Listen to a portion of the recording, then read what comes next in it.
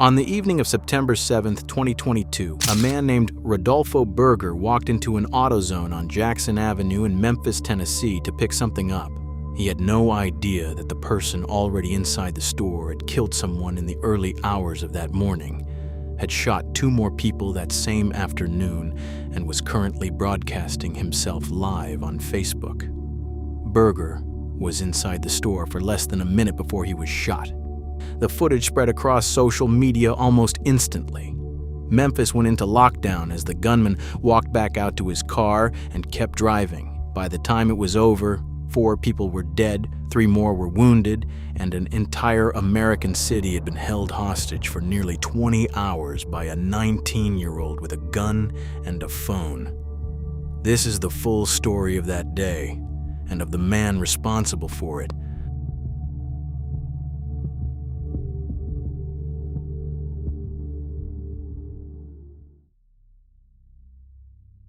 Ezekiel Kelly was born on October 14, 2002, in Memphis. Very little about his early life and background has been made public in any detailed way, but what is known is that by the time he was 17 years old, he had already been involved in a shooting serious enough to send him to prison. In 2020, when Kelly was 17, he was charged with 2 counts of attempted first-degree murder, 1 count of reckless endangerment, and 1 count of illegal possession of a firearm. The charges stemmed from a shooting in which he shot 2 people, identified in court documents as LaMarcus Granberry and Edward Rogers, and nearly hit a 3rd. In April 2021, Kelly pleaded guilty to a reduced charge of aggravated assault and was sentenced to 3 years in the Shelby County Correctional System. He served 11 months. In March 2022, he walked out of a county detention facility a free man, 6 months before the events that would make his name known across the country. According to his aunt, after his release, he worked briefly as an aide at a home for the elderly. It was late on the night of September 6, 2022, that things began to unravel in the worst possible way. Dwayne Tunstall was 24 years old and went by the nicknames Amir and Sosa among his friends and family. His friends described him as someone who was selfless and cared about the people around him. Tunstall had a 4-year-old daughter, and the previous year he'd made the local news for paying for a stranger's gas at a station on Summer Avenue. By the fall of 2022, he and his best friend Marcus Cash had just launched a BBQ food truck business together, something the 2 of them had worked toward for a while.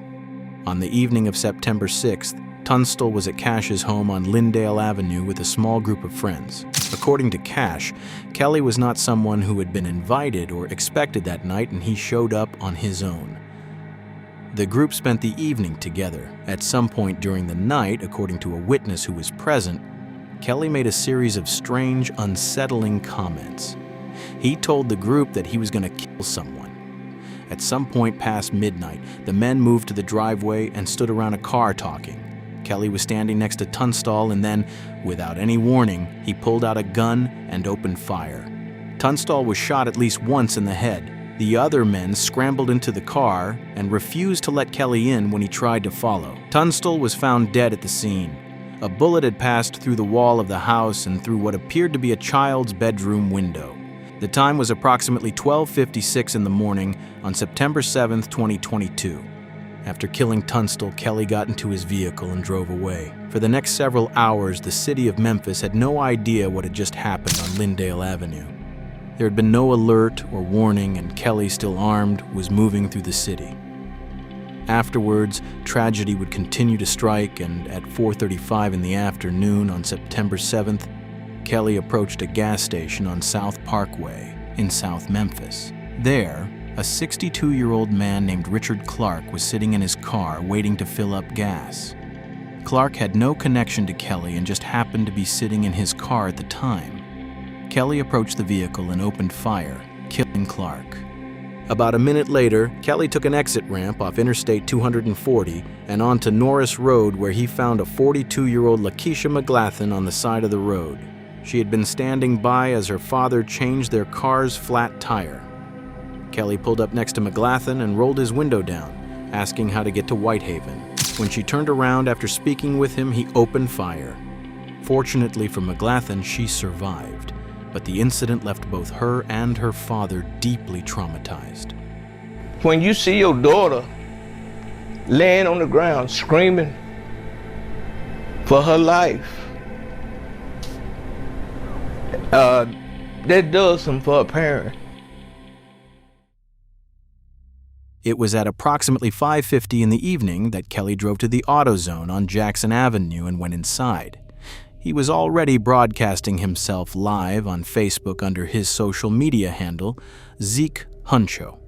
In the footage that spread across social media as it happened, Kelly opened the door of the store and fired at the first person he encountered. That person was Rodolfo Berger, who was described by his family as a completely innocent shopper with no connection to Kelly whatsoever. Berger fortunately survived after undergoing surgery. By the time Kelly walked back out of the AutoZone, the footage had already spread widely across social media. Memphis police issued a public alert at 6:56 in the evening, warning that Ezekiel Kelly was armed and extremely dangerous, that he was responsible for multiple shootings across the city, and that he was live streaming his attacks on Facebook. The alert included his name and his photograph and urged residents to shelter in place. The response across Memphis was immediate. The Memphis Redbirds cleared the field mid-game at AutoZone Park. The Metropolitan Transit Authority suspended all bus service across the city. The University of Memphis locked down its campus. And Kelly was still on the loose. At 7:21 that evening, Kelly fired shots at multiple vehicles at the intersection of Poplar Avenue and North McLean in Midtown Memphis. A man named Randall Graham was shot in the arm while driving and survived. Just a few minutes later, at 7:25, Kelly pulled up alongside a vehicle belonging to 38-year-old Allison Parker at the corner of Poplar Avenue and North Evergreen Street, also in Midtown. Allison Parker was a 38-year-old mother of three who worked as a medical assistant at the Family Practice Center in West Memphis, Arkansas. She had earned an associate degree in medical assisting from Arkansas State University Mid-South in 2012 and had been in healthcare ever since. Her 20-year-old daughter Ariana was in the car with her when Kelly pulled up alongside them. Parker also left behind 16-year-old twins, Lily and Ethan. Parker's children had already lost their father 2 years earlier. They were now without either parent. Kelly shot Parker and carjacked her gray Toyota SUV, driving away and leaving her dying in the street. A man named Quentin Williams was nearby at the time, and he tried to help Parker, but she unfortunately passed away from her wounds. Kelly abandoned Parker's Toyota and carjacked a Dodge Challenger at a Raceway gas station on State Line Road in South Haven, Mississippi, just across the Tennessee state line. The man he carjacked, 21-year-old Demetric Porter, had been watching the news coverage and recognized Kelly almost immediately when Kelly pulled up and cracked the window. Porter ran inside the gas station and found a South Haven police officer to report what had happened and that Kelly was there. At 8:52 that evening, police located the stolen Dodge Challenger. Kelly was driving it southbound through the Whitehaven neighborhood of Memphis when officers began pursuit. The chase ended at the corner of Hodge Road and Ivan Street in Whitehaven when Kelly crashed the vehicle. 2 guns were recovered from inside the car. Kelly was taken into custody without incident at 9:15 in the evening. Memphis Police Chief C.J. Davis later stated that Kelly had made 7 stops between 4:30 and 9 o'clock that evening. The shooting spree had lasted nearly 20 hours before police were able to stop Kelly. According to police as well, Kelly's mother had called the authorities to alert them to her son's actions after seeing his live stream on Facebook. There was also one more death that evening that received far less attention in the chaos. On the same night that Kelly was terrorizing the city, a 17-year-old girl named Corteria Wright was shot and killed by a different shooter in an entirely unrelated incident elsewhere in Memphis. Initially, it was believed that she had been shot by Kelly, but later evidence revealed that she was not one of his victims. Her father had taken to Facebook to plead for the violence to stop, and to this day, it is not known who murdered Corteria.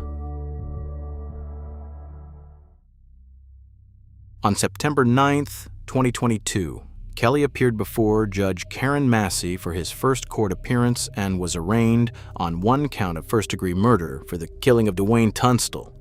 He told the judge he could not afford an attorney and was appointed a public defender. Bond was not discussed and he remained behind bars. The Shelby County District Attorney's Office announced that it intended to seek the death penalty. In October 2022, a grand jury indicted Kelly on 26 felony counts, including 3 counts of first-degree murder. For the next 3 years, the case worked its way through the courts while the families of the victims waited. The trial had been scheduled to begin on February 9, 2026, and prosecutors had said their case included over 400 witnesses and more than 300 videos. However, before that date could arrive, Kelly accepted a plea deal. On August 13, 2025, Ezekiel Kelly, then 22 years old, appeared in a Memphis courtroom and pleaded guilty to first-degree murder and 27 additional charges, 28 counts in total. By accepting the plea, he avoided the death penalty and was sentenced to 3 consecutive life sentences without the possibility of parole plus 221 additional years in prison. Attorneys confirmed that the deal had been approved by all of the victims' families. At the sentencing hearing, Kelly asked the families for forgiveness. The Shelby County District Attorney's Office said the resolution delivered long-awaited justice to the victims' families while sparing them the prolonged, painful proceedings of a full death penalty trial.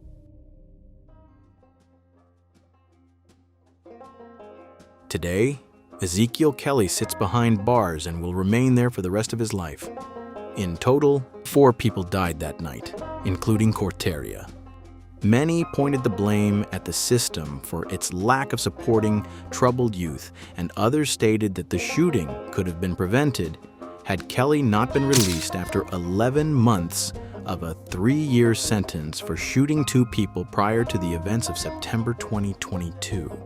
In the immediate aftermath of Kelly's arrest, Memphis Mayor Jim Strickland pointed the blame on the fact that Kelly had not served his full sentence and that had he served it, he would have been in prison on September 7, 2022, and that the victims would still be alive.